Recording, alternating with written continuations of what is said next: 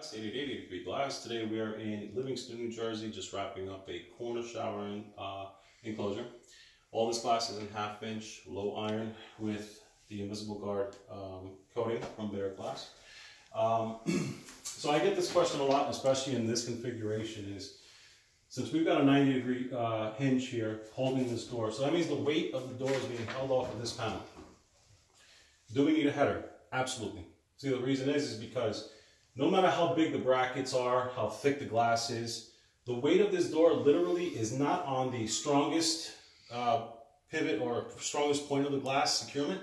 Instead, it's on the weakest. It's actually being pulled this way. So again, no quantity of clamps will actually stop this from sagging, and especially over time. Maybe at first it looks like it's holding up fine, but gravity is doing its job, meaning the door is constantly pushing downwards. And so that means this will constantly be leaning downwards as well. So that's the reason for the top header to be used, because now it's an actual mechanism holding this panel in place, keeping it from rocking back and forth. I personally don't like the look of using a header, but it has a purpose in the world. This happens to be one of the few. So here we have an MT style handle from C.R. Lawrence.